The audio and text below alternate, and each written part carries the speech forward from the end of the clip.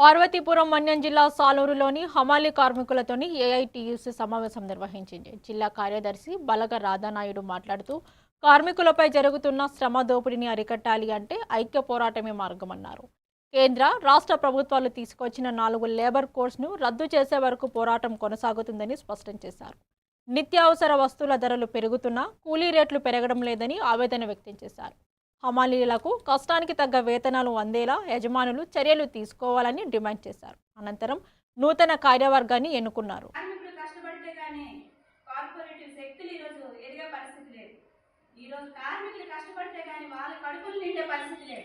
వాళ్ళు పెద్దోళ్ళు అవుతున్నారు, పేదోడుగానే మిగిలిపోతున్నాడు, పెద్దోడుగానే ఎదుగుతున్నాడు. చూడండి, ఇన్ని సంవత్సరాలు అవుతుంది, మీలో ఎవరైనా ఎదిగారా చెప్పండి? పెద్ద పెద్ద బిల్డింగ్స్ కట్టేశారా? లేకపోతే పెద్ద పెద్ద షాపులు పెట్టారా?